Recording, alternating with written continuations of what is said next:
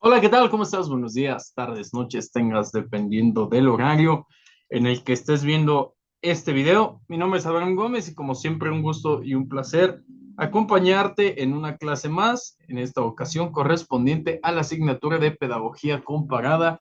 Y el día de hoy tenemos un tema, pero un tema, un tema que nos va a dar una perspectiva más amplia de por qué Jean-Jacques Rousseau es considerado uno de los precursores de la escuela nueva, ¿no? Es considerado uno de los principales, pues, agentes de cambio en este sentido, ¿no? Vamos a darle inicio a nuestra clase del día de hoy porque quiero que podamos entender a Rousseau desde distintas perspectivas, vamos a leer bastante, vamos a poder comprender a nuestro filósofo naturalista como uno de los principales filósofos que cambió la historia de la educación, ¿no?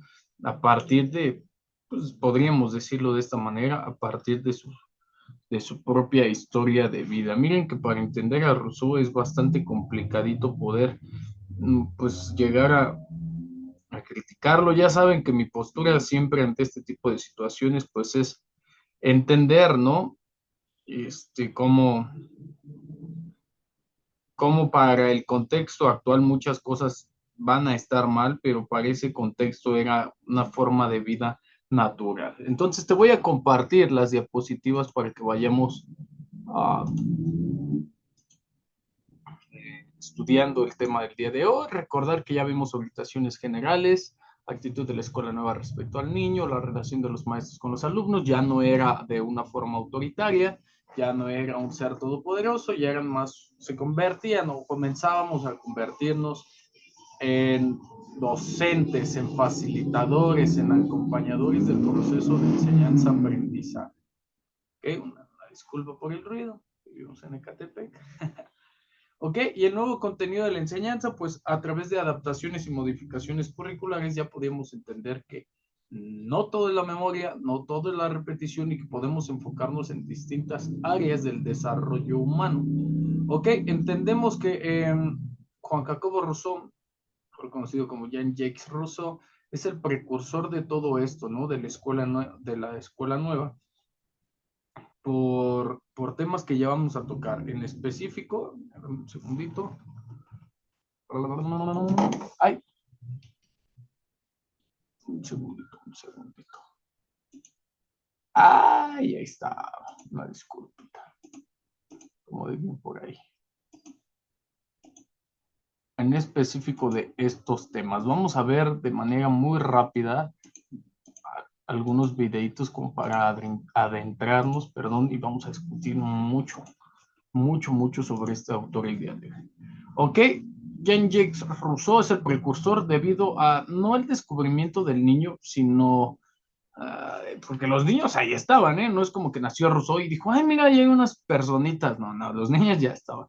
Pero sí descubrió características que existen en la etapa de la infancia que no eran tomadas en cuenta en el proceso educativo. Vamos a hablar un poco de educación, de naturaleza, de acción en estas dos, la educación verbalista y libresca, sobre una nueva pedagogía y una, no, yo, sí, una nueva filosofía de la educación y una educación para la libertad desde Jean-Jacques Rousseau. Ok, vamos a ver este videito. Se me hace, como dicen los chavos ahora, lo más guay. Y en un aspecto generalizado. Ok, un segundo, está tardando demasiado. En un sentido más generalizado y ahí poder entender a Rousseau de la manera que debe de ser.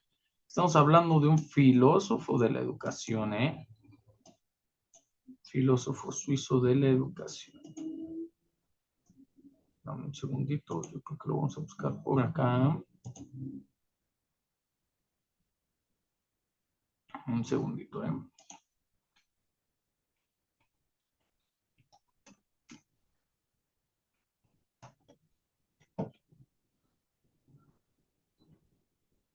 Ok, listo, lo tenemos. Dame un segundo.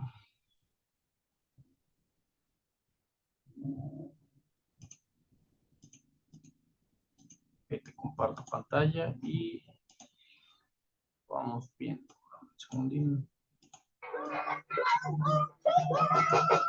¿Quién fue? Oh, yo. Bien. Soy ruso. Okay, y la verdad es que... ¿Quién mejor que Rousseau para explicarnos su vida, no? Ok. Atento por acá, ¿eh? ¿Quién fue? Oh, yo. Bien. Soy ruso. Y la verdad es que hay tanto para hablar de mí que no sé por dónde cortar. Vamos a una breve introducción. Fui la... Vale, primero un poco de humildad. Lo tuve fácil porque estábamos en plena efervescencia creativa. La iglesia ya no tenía la potestad Ojo con esto de lo tuve fácil, ¿eh? Ahorita lo vamos a comentar. de todo y teníamos un montón de terreno fértil para plantar nuevas ideas, pero aún así yo fui el primero en proponer que la sociedad humana no era inmutable y que lo único que cambiaba era la forma de gobierno. Nope, de eso nada, las instituciones conforman la sociedad, pero están separadas y ambas pueden ser objeto de estudio y transformación. Estudiar las relaciones sociales entre la gente, ¿eh? Tremenda movida. Pero si la sociedad humana está abierta al cambio político, ¿no debería ser mejor? Pues para llegar a ese porqué, decidí utilizar el sistema de otro gigante del pensamiento, Hobbes, e imaginar al hombre en estado salvaje y sin sociedad. Para Hobbes, ese estado era la libertad, pero también la guerra y la destrucción. Pero no, lo cierto es que en estado natural seríamos tranquilos y felices, preocupados por la conservación y con misericordia por nuestros semejantes. ¿Y cómo hemos llegado aquí entonces? Pues porque la creación de la sociedad civil y la propiedad privada crearon la desigualdad, las divisiones sociales y, en suma, destruyeron la armonía natural. Según Hobbes, hubo un contrato social a través del cual cedimos parte de nuestra libertad natural para tener una estructura que nos librara de la destrucción de nuestro estado natural y que nos llevara a la civilización. Sí, ese contrato social existe, pero no es como lo cuenta ese señor, porque ese contrato es en realidad una coacción de los ricos hacia los pobres, que no tenían ninguna posibilidad de oponerse a que se perpetúe la desigualdad. Las sociedades no se forman en un estado de naturaleza, sino después, legitimando los derechos de propiedad y la desigualdad. Unos derechos de propiedad cuya distribución nos llevan al conflicto y la guerra, y el Estado es el mismo instrumento que permite, legitima y libra la guerra. ¿Y qué podemos hacer? Obvio, este contrato social apesta, así que hace falta uno nuevo. Sí, el estado natural está muy bien, pero nos convierte en animalitos sin preocupaciones ni ambiciones incapaces de progresar. Para avanzar necesitamos la sociedad civil, pero también necesitamos que se organice de otra manera. Para empezar, consiguiendo que la ley sea una prolongación de la libertad. Pero para que todo esto suceda, el pueblo debe ser soberano, y para que sea soberano, debe gozar de igualdad. Libertad e igualdad van de la mano, no puede ser de otra manera. Libertad, igualdad, criticar la propiedad privada, pueblo soberano, el Estado como instrumento para mejorar la vida. Como os imaginaréis, hice un montón de amigos dispuestos a aplaudirme, en la cara, y con una silla. Casi puede decirse que inventé la izquierda, y en realidad quizá no sea del todo errado. El caso es que para mi época fui muy revolucionario. Luego tampoco era para tanto, que lo de la propiedad privada está bien siempre que se distribuya con justicia. Y la soberanía popular tampoco es la democracia, que es una fuente de corrupción y guerra civil porque las facciones y divisiones populares son muy peligrosas y socavan el Estado. Lo ideal serían asambleas populares capaces de delegar las tareas del gobierno a través de un nuevo contrato social o una constitución. Al final, una de las cosas que me sabe un poco mal es cómo se me ha reducido un poco a icono revolucionario, porque fui mucho más, pero hay que entenderlo. Mi forma de pensar y escritos fueron muy influyentes en cualquiera que deseara una reforma drástica de la sociedad, y eso incluye tanto la Revolución Francesa como Karl Marx. Ay, qué lástima con la de cosas que hice, como la ensaladilla rusa. Comenta, comparte, dale a like, y si te flipa y quieres...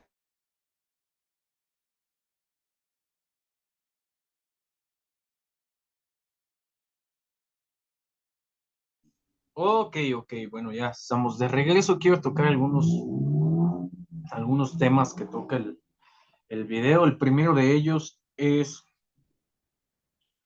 el estado que menciona Hobbes, filósofo también de la educación, con respecto a qué sería del hombre en este estado primitivo, ¿no? Eh, ¿Qué sería? Pues te voy a poner un ejemplo. ¿Qué sería de ti si nunca hubieses tenido acceso a la educación? Está interesante, ¿no? Vamos a empezar por ahí. ¿Qué sería de ti si nunca hubieses tenido acceso a la educación?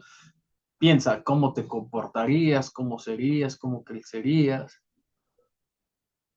es bastante importante que podamos concebir la idea de Rousseau,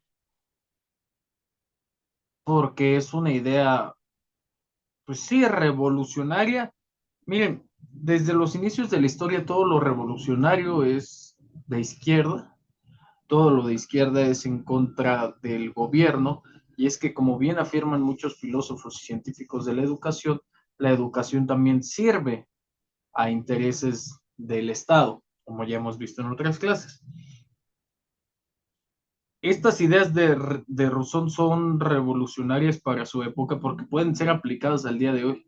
O sea, si el día de hoy existe un problema de educación en cualquier parte de nuestro país, cualquiera de estas ideas nos puede funcionar para resarcir el daño que se ha hecho, ¿no? En este sentido, vamos a ver, dame un segundito, eso, acabamos de ver a Rousseau de manera muy, muy general, pero quiero que abordemos un artículo, dame un segundito, del National Geographic. National Geographic. Eh, lleva por nombre Rousseau, el filósofo que no quería ser ilustrador. Recordemos que Rousseau pertenece a los siglos de las luces, entonces permíteme compartir contigo este artículo porque vamos a analizarlo y ahorita nos tomamos ese tiempo para platicar de la educación. No, no queremos suscribirnos. Ok. Vamos a hablar de esta parte que para nosotros también es muy importante porque es un acontecimiento que marca el periodo de la historia, ¿no? Rousseau inspiró la Revolución Francesa. Rousseau, el filósofo que no quería ser ilustrado, defensor de la libertad y la igualdad radical entre todos los seres humanos.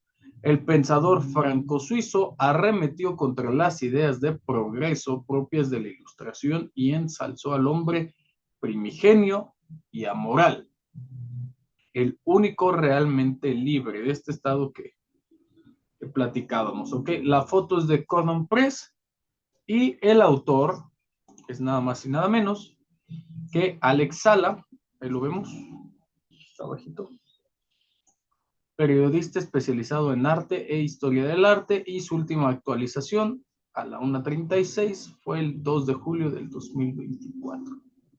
¿Ok?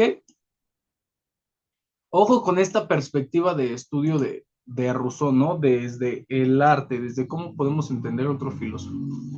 Jean-Jacques Rousseau fue, tal vez, el más inclasificable de los ilustrados franceses. Ojo, escritor. Esta es una formación, quiero que la entendamos así. Escritor, músico, botánico, naturalista, filósofo, y ahí yo le agregaría pedagogo. Se interesó por casi todos los campos del saber. Representa como ningún otro el ideal de la ilustración, del hombre ilustrado, el hombre con conocimiento, del hombre que ponderaba el uso de la razón. Abogaba por combatir la tiranía a través de la razón y el conocimiento. Sus ideas influirían de manera decisiva en la Revolución Francesa, pero también arremetió contra la idea de progreso, entrecomillado, que divulgaban los ilustrados, llegando a mantener un agrio enfrentamiento con nada más, nada menos que Voltaire. En palabras del mismo autor, no de Rousseau ni de Voltaire, de Alex Sala, el filósofo que siempre tenía la razón. Ahí lo podemos ver. Vamos a ver un poquito de historia. Rousseau nació en Ginebra el 28 de junio de 1712. Desde muy joven se interesó por los personajes ilustres de Grecia y Roma y por la literatura clásica, convirtiéndose en un ávido lector de las vidas paralelas de Plutarco. ¿Ok? vamos acá. A la edad de 10 años quedó al cargo de un pastor calvinista de la vecina Beausset, en la Alta Saboya francesa. 6 años después abandonó la localidad, vagabundeando hasta que fue acogido por François-Louis de Warens, mujer culta. Ojo, porque esto es importante en la historia de Rousseau, ¿eh? Repito, a la edad de 10 años quedó al cargo de un pastor calvinista de la vecina Beausset en la Alta Saboya francesa. Y a los 16 años abandonó la localidad, vagabundeando hasta que fue acogido por François-Louis de Warens, mujer culta y liberal que durante años le hizo de madre y de amante, que a los 16 años. De Rousseau podemos decir que era un sabio autodidacta. Junto a Madame Warens, Rousseau se formó de manera autodidacta, es decir, aprendió por su propia cuenta y adquirió un conocimiento enciclopédico a través de los libros. Y fíjense cómo Rousseau es uno de los que se opone. O sea, Rousseau es un autodidacta filósofo de la educación que se opone a la educación libresca. En 1741 marchó a París, o sea, se fue para allá, donde pretendía presentar un novedoso sistema de notación musical que había ideado. Recuerden que para estos movimientos ilustrados, la música clásica era como el renacer del hombre en distintas áreas. En la clase vamos a platicar sobre la educación y la música. Allí conoció al filósofo Louis Diderot, quien lo introdujo en los ambientes ilustrados de la capital francesa, lo que conocemos como las tertulias. Le encargó la redacción de los escritos de música de la enciclopedia. En la capital francesa frecuentó los debates y reuniones ilustradas y conoció a Voltaire, d'Alembert, Rameau y otros intelectuales. Aquí podemos ver esto que te explicamos, ¿no? Poquito de las reuniones ilustradas, de las tertulias, conocidas como veladas literarias e intelectuales habituales en París. La pintura recrea la lectura de una obra de Voltaire en el salón de Madame Geoffroy. Ok, recordar que para la Revolución Francesa, antes de la Revolución Francesa, las clases sociales eran muy marcadas y solamente aquellos que tenían o que pertenecían, no que tenían, que pertenecían a una clase social alta, pues tenían acceso a la educación, a la cultura, ¿no? Mientras que el pueblo, pues, carecía de este tipo de situaciones. Ok, lo voy a dejar ahí un segundito para que veas y vamos a la siguiente lectura, al siguiente párrafo. A diferencia del resto de ilustrados, Rousseau fue muy crítico con la idea del progreso. Ok, vamos a entender que los ilustrados son como los muestran en las películas de Mozart, de Vivaldi, de todo muy recto, muy elegante, muy formal, ¿no? Rousseau no era de esta forma, siempre crítico, un pensamiento bastante progresista. Su teoría política se basaba en que la civilización, las instituciones y la propiedad privada, la vida social, pues son el origen del sufrimiento y las injusticias que sufría el ser humano. ¿Por qué? Por el simple hecho que no eran justas, equitativas o iguales para todos. En contraposición, reivindicaba las bondades de lo que él llamó el buen salvaje. Y yo creo que, híjole, me atrevo a decir que el primer buen salvaje es Rousseau. ¿A qué nos referimos con el buen salvaje? Quiero que pongan muchísima atención. El buen salvaje. El núcleo central de su pensamiento político fue fruto de una revelación que tuvo, según él mismo, durante una caminata en 1749. La corrupción que la vida social causa al hombre es el origen del sufrimiento y las injusticias que sufre. Ideas que expuso en el discurso sobre las ciencias y las artes en el año 1750 y el discurso sobre el origen y los fundamentos de la desigualdad entre los hombres en 1755. Según Rousseau, los hombres en su estado natural no tenían ni vicios ni virtudes. Estaban más inclinados a preservarse del daño que podían recibir que a pensar en el que podían infligir. Por tanto, sus disputas raramente tenían resultados sangrientos, eran propiamente un estado de defensa, es decir, Todos vivíamos sin molestias, o todos viviríamos, perdón, sin molestias, sin preocupaciones hasta que llegara alguien y nos pudiera sacar de este estado. No generaríamos situaciones más allá de equilibrar las cosas para mantener la paz. En su estado natural,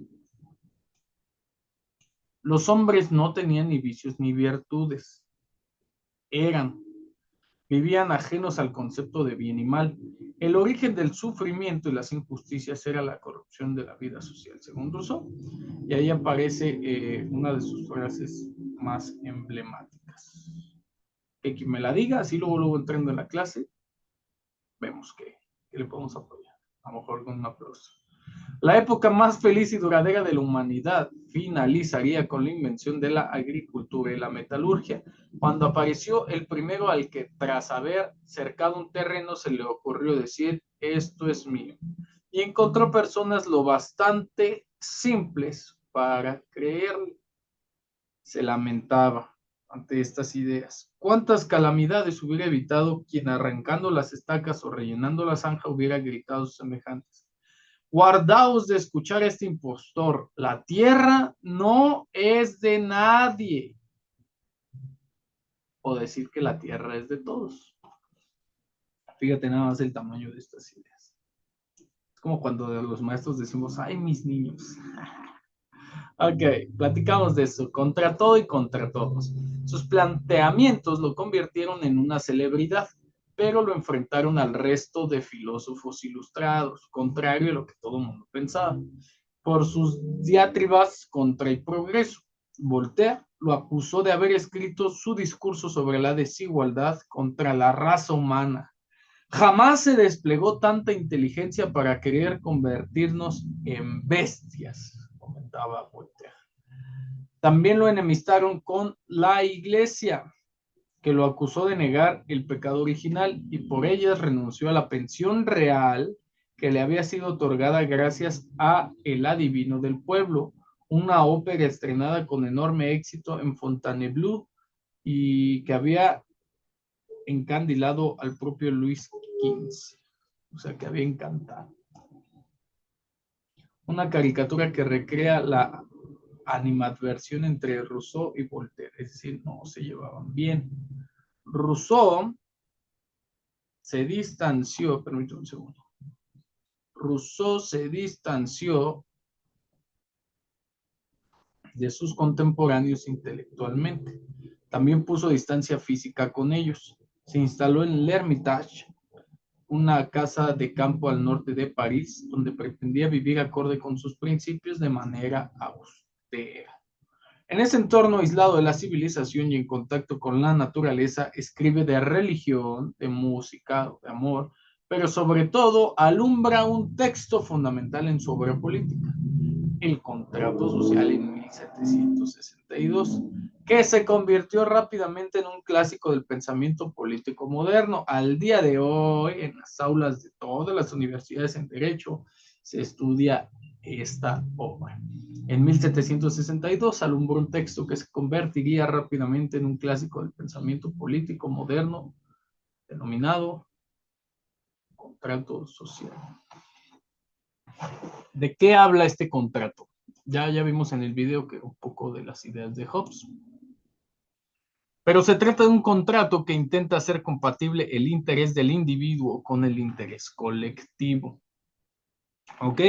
Este pacto social reduce a los siguientes términos al ser humano. Cada uno ponemos en común nuestra persona y todo nuestro poder bajo la suprema dirección de la voluntad general. Es decir, cada uno de nosotros pone todo lo que tenemos para que todos funcionemos lo más armónico posible. Y recibimos corporativamente cada miembro como parte indivisible del todo. ¿Ok? Es inútil pensar que el hombre puede vivir sin sus semejantes. La soberanía reside en el pueblo, es decir, en todos y cada uno de los individuos que de manera libre se constituyen en un cuerpo político. Formamos parte de una comunidad o sociedad, compuesto de tantos miembros como votos integran su asamblea. Todos estos individuos son a la vez ciudadanos. miembros que habitan la misma extensión territorial, en tanto que depositarios de la autoridad suprema y súbditos en tanto que sometidos a las leyes del Estado. ¿Ok? Esa era la idea de Rousseau, este contrato social. ¿Ok? Ya estamos todos aquí. Es necesario que formalicemos nuestras acciones. Perseguido y paranoico. En este nuevo yo común, ningún individuo está por encima de los otros. El Estado no está dominado por los ricos y los poderosos. El contrato social contenía unos fundamentos radicalmente democráticos y era una enmienda, una forma de arreglar de manera total el antiguo régimen de los reyes y las monarquías, ¿no? Por lo que no es de extrañar comenzara una persecución política por sus ideas y sus escritos. ¿Quién la comenzó? El Estado. Las autoridades francesas y suizas decretan órdenes de arresto contra Rousseau. Sus obras, especialmente El contrato social y Emilio o de la educación, un tratado pedagógico que suponía una crítica descarnada de las religiones, escrito en las mismas fechas. Esas obras, como vemos en la imagen, fueron quemadas en las plazas, advirtiéndoles a todos los ciudadanos que obviamente, pues como la iglesia se ha encargado de hacer por muchos años, que quien siguiera estas ideas o estos preceptos o quien empatizara con ellas, estaría muy cercano a sufrir el mismo castigo. Grabado del siglo XX, recrea la quema pública del contrato social organizada en Ginebra en 1763. Porque si nadie tenía acceso a estas ideas, nadie entendería lo que estaba sucediendo para ese entonces. Refugiado, Rousseau, en el Principado de Neuchâtel, no sé cómo se pronuncia eso, una disculpa, actualmente territorio suizo, bajo la protección del rey de Prusia, intentó retomar su vida austera. No es casualidad que Suiza tenga un alto nivel de vida, de nivel de calidad de vida. Escribe sobre botánica y redacta un diccionario y un proyecto de constitución para Córcega. Su vieja enemistad con Voltaire reaparece de la manera más cruda. En 1764, el filósofo parisino imprimió un panfleto en el que acusaba al ginebrino de sifilítico, de falso, de haber matado a la madre de su pareja, falso, y de haber abandonado a sus 5 hijos. Hecho que era cierto. No los abandonó, los llevó al DIF de aquellas épocas. Al año siguiente, su casa fue apedreada por una turba furiosa excitada por el pastor calvinista de Ginebra.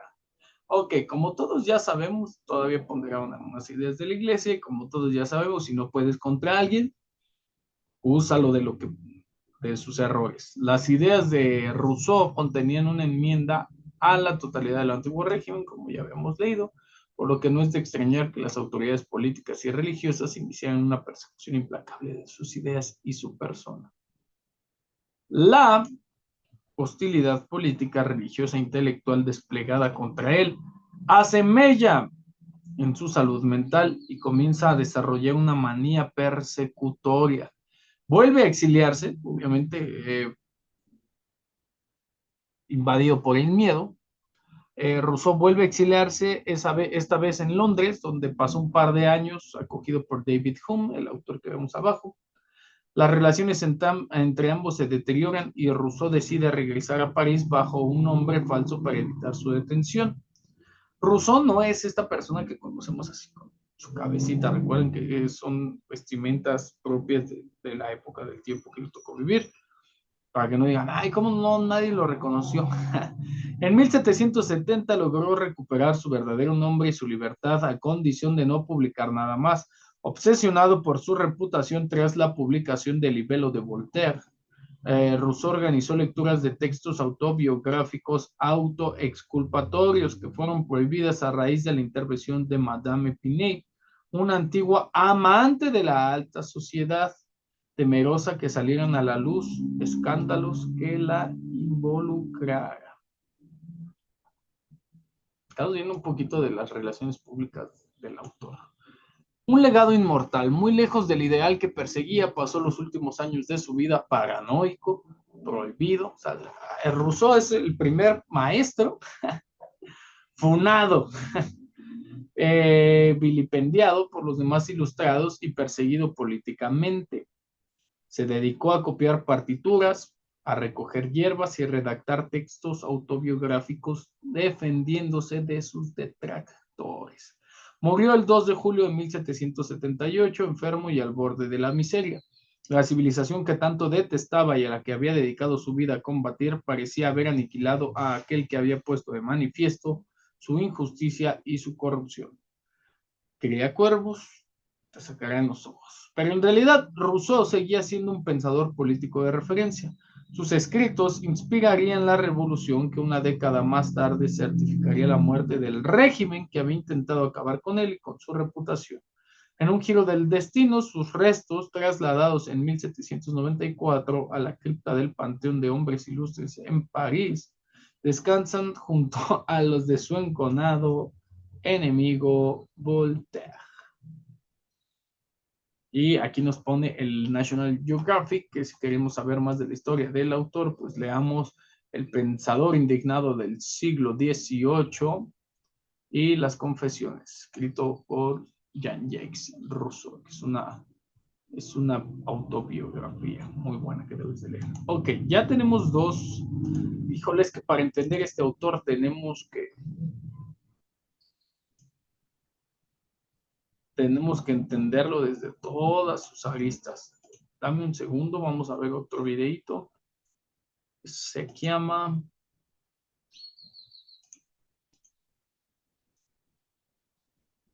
Vamos a verlo desde un aspecto un poquito más educativo.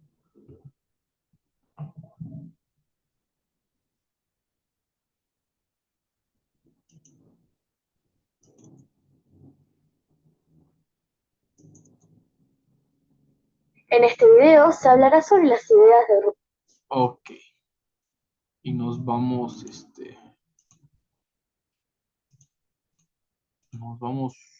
un pasito a la vez.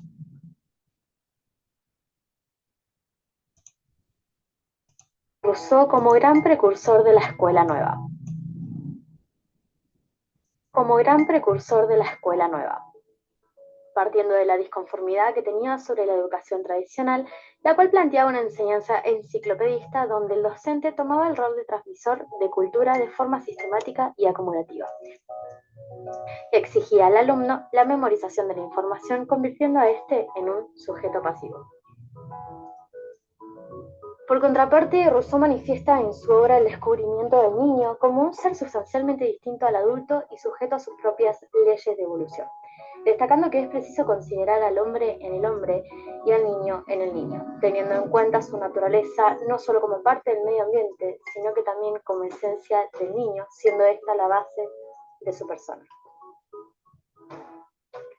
Además, el pensamiento de Rousseau destaca que la herramienta principal para el aprendizaje es la experiencia del niño en contacto con la naturaleza misma, la cual parte respondiendo a sus necesidades y curiosidades por medio de las sensaciones, generando en él cierto interés por aprender. Por otro lado, él postula como problemática de la educación la atribución al niño de lo que no posee. Hay contenidos que carecen de sentido y utilidad, llevando a una esclavización de la infancia que trae como consecuencia a un niño que prefiere fingir que ha entendido lo que se le obligó a escuchar.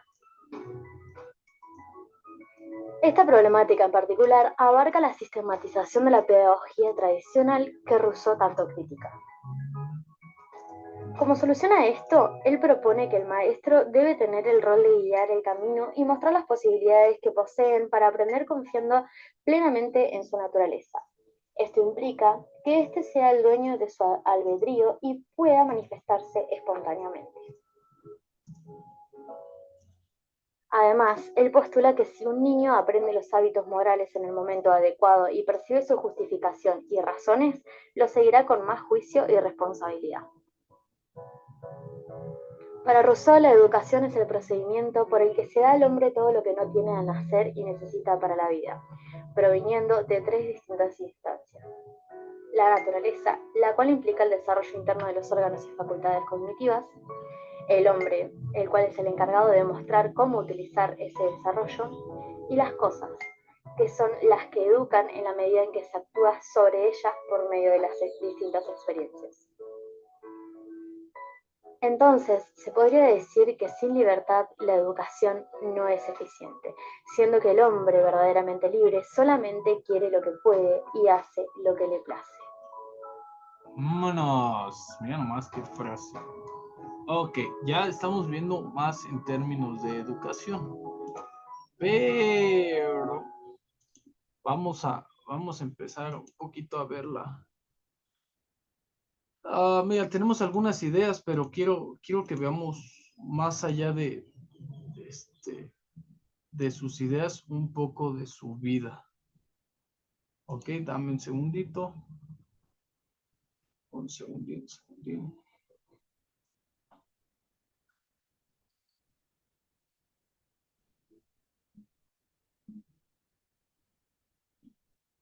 Mira, me encantó este artículo, y vamos a volver aquí. Quiero que anotes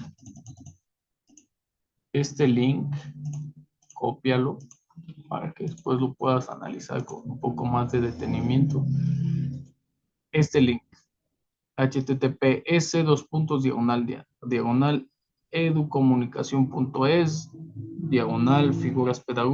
figuras pedagogía /Juan-Jacobo-Rousseau.htm. Vamos a visitar este link. Un segundo. Ok, quiero que le demos lectura a absolutamente todo y ahorita platicamos esta parte que te decía de nuestro autor. Ok, vamos a darle lectura a todo esto. Asignad a los niños más libertad y menos imperio. Dejadles hacer más por sí mismos y exigir menos de los demás. Del estudio preliminar de Emilio de la educación. Acuérdate, por eso fui muy incisivo en la etapa de la historia en la que estamos viviendo, ¿eh? Mira, si quieres empezar a relacionar las ideas de Rousseau con nuestra contemporaneidad, te voy a pedir que seas muy incisivo en la historia de la educación, en la historia de la educación en México, en la historia de nuestro país, para que a partir de ahí podamos entender cómo podemos aplicar estas ideas al contexto de Rousseau. Ok, tenemos Jean-Jacques Rousseau. Se le considera como el representante típico del tratamiento individual en la educación. Esto anótalo, es muy importante. Por eso Rousseau ya empieza a hacer mella. Se le considera como el representante típico, o sea, en cuanto pienses del tratamiento individual en la educación, tienes que hablar de Rousseau.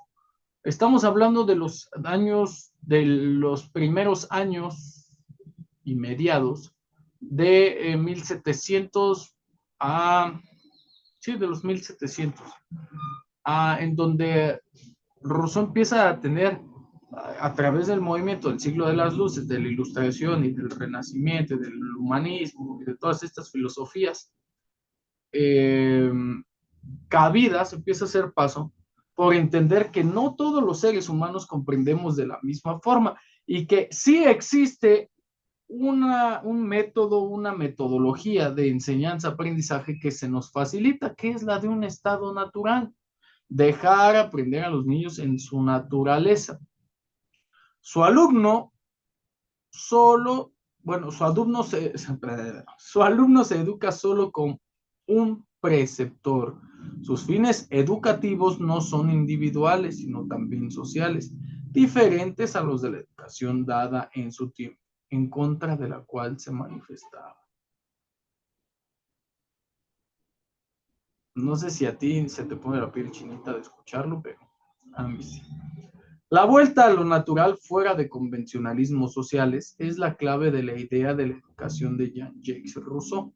Acuérdense que era botánico naturalista. La naturaleza es lo primitivo y valioso, lo esencial de la especie humana. Si tú alguna vez has tenido la oportunidad de estar frente a grupo a nivel preescolar, de eso habla Rousseau, de la naturaleza de los seres humanos, porque normalmente tendemos a equivocarnos en el preescolar, la actualidad, y querer hacer, cállate, siéntate, párate, pon atención, y el aprendizaje es muy variable. La educación es muy diferente entre preescolar y primaria. Aquí los seres humanos estamos en nuestro estado libre, lo que para Rousseau sería libre, natural, primitivo, valioso. Estamos comenzando a aprender del mundo desde nuestras propias herramientas, que de acuerdo al estudio de este autor considero que se nos van perdiendo o que las vamos dejando de usar o que nos las van quitando con el paso de la escolaridad. ¿Ok? Lo esencial de la especie humana. Jean-Jacques Rousseau era más bien un filósofo político, no un pedagogo, pero a través de su novela Emilio o de la educación, que sí vamos a leer, obviamente es un obligado, promueve pensamientos filosóficos sobre la educación, siendo este uno de los principales aportes en el campo de la pedagogía. La razón de ser de la pedagogía, que se funda en primer lugar en las leyes psicológicas, es instaurar en la infancia el propósito de la libertad mediante la actividad, aprender por la propia experiencia y no tanto por lo que le enseñen los demás.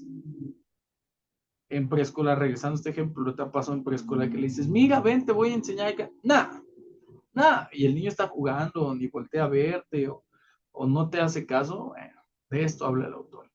Una de las importantes claves de Rousseau es diferenciar a niños y adultos en cuanto a su aprendizaje. No le podemos enseñar a los niños como le enseñamos a los adultos. Actualmente tú ya lo sabes y ni siquiera estudiaste pedagogía o no, o vas en los primeros semestres.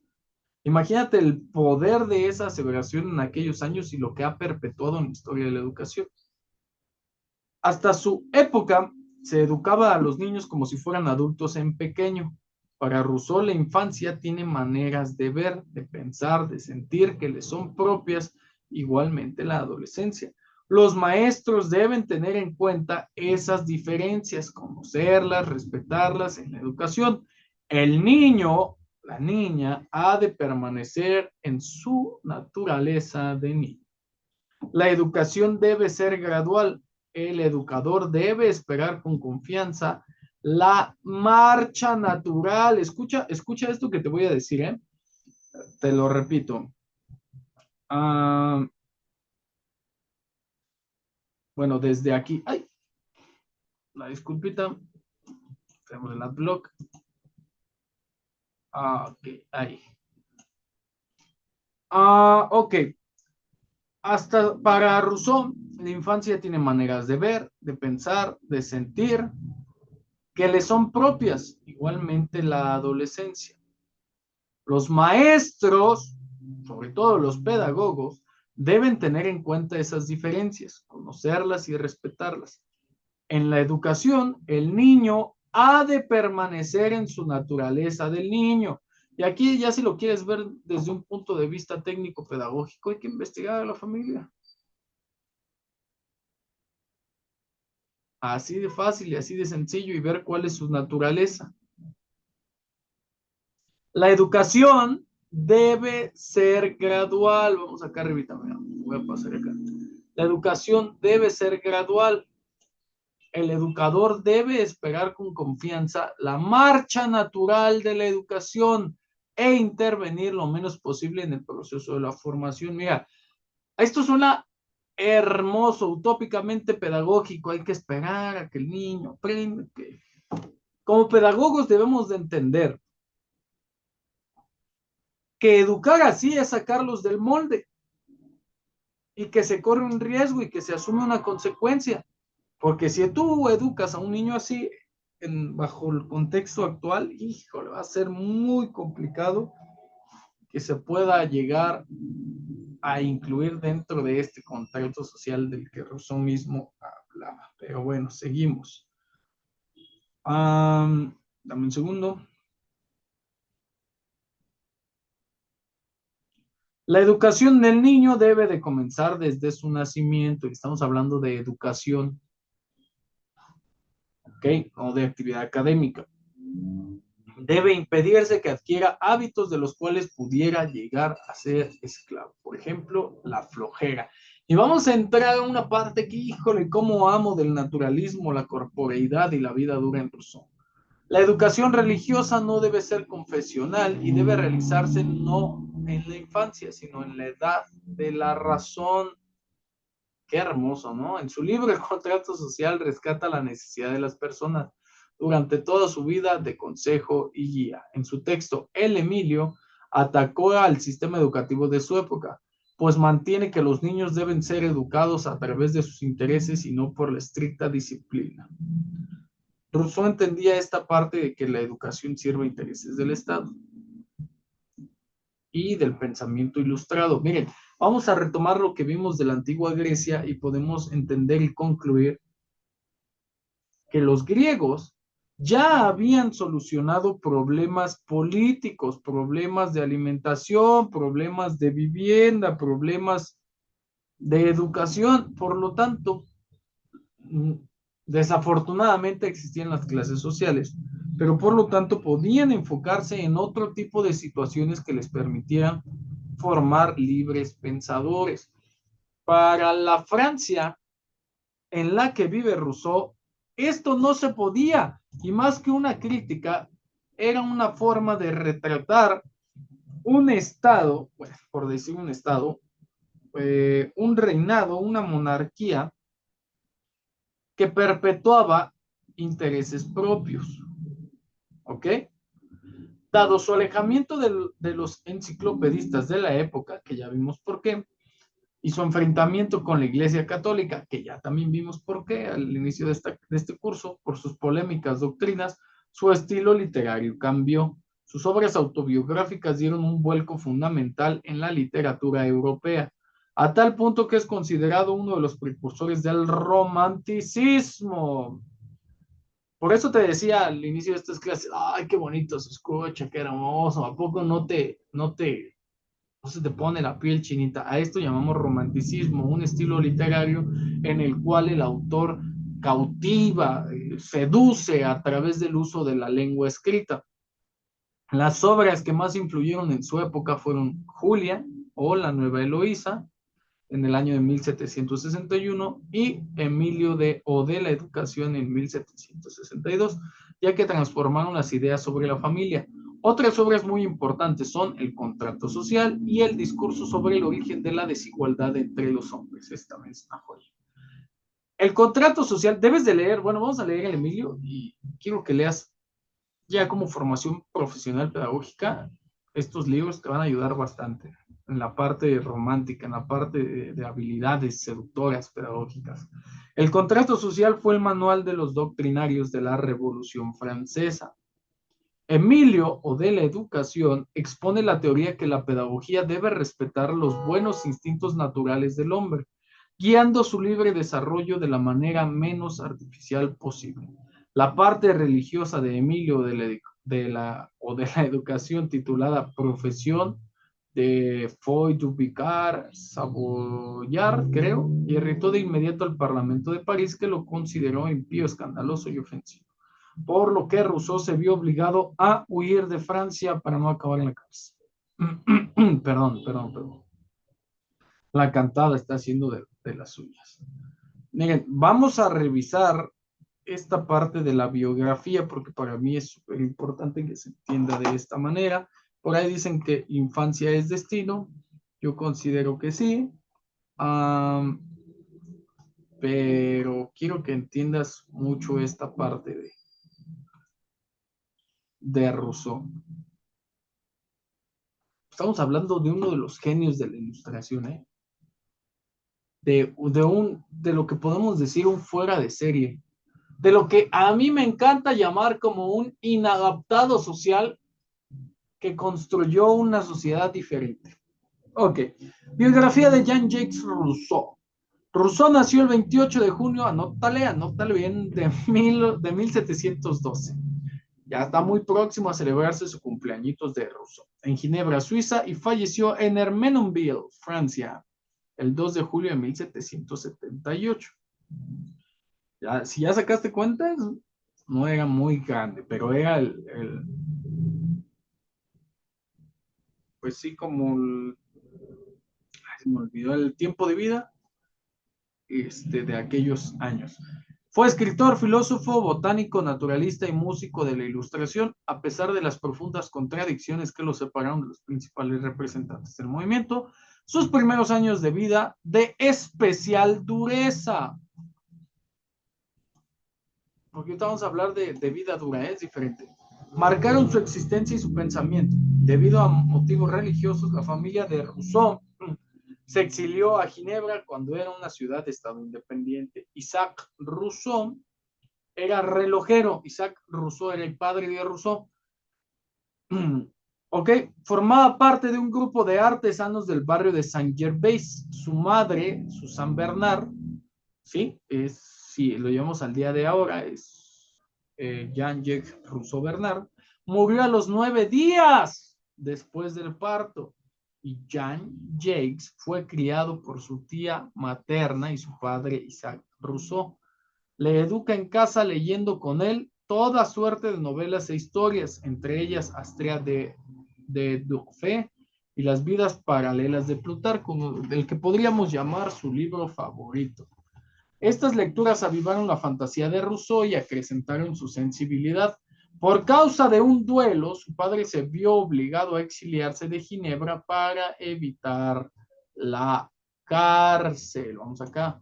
Por lo que abandonó, más vida dura, al pequeño Jean-Jacques a los 10 años de edad, acogido por su tío. Con esta familia disfrutó de una educación que él consideraría ideal, calificando esta época como la más feliz de su vida. Junto con su primo, Rousseau fue enviado como pupilo a la casa del pastor calvinista Lambertier en Beausset durante 2 años. En la escuela del pastor recibe por primera vez una cierta educación escolar. Allí Rousseau, en pleno campo, pasa 2 años feliz. Recordar de dónde viene la escolástica y los monasterios.